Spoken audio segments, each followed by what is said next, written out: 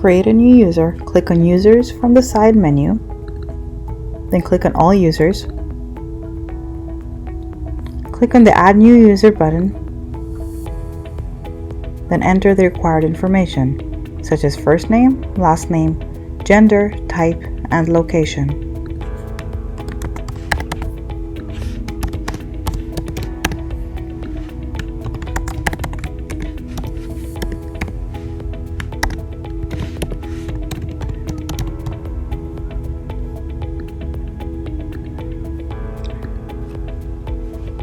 To set this user as an employee, such as a teacher or a staff member in your school, select Employee.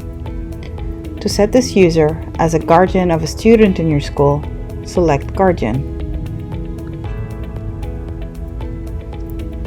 Enable the teacher toggle if you'd like to define this user as a teacher. Select the location.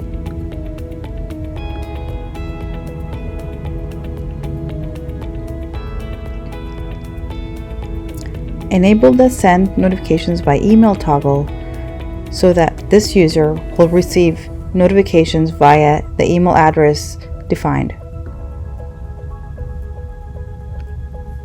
Click Save.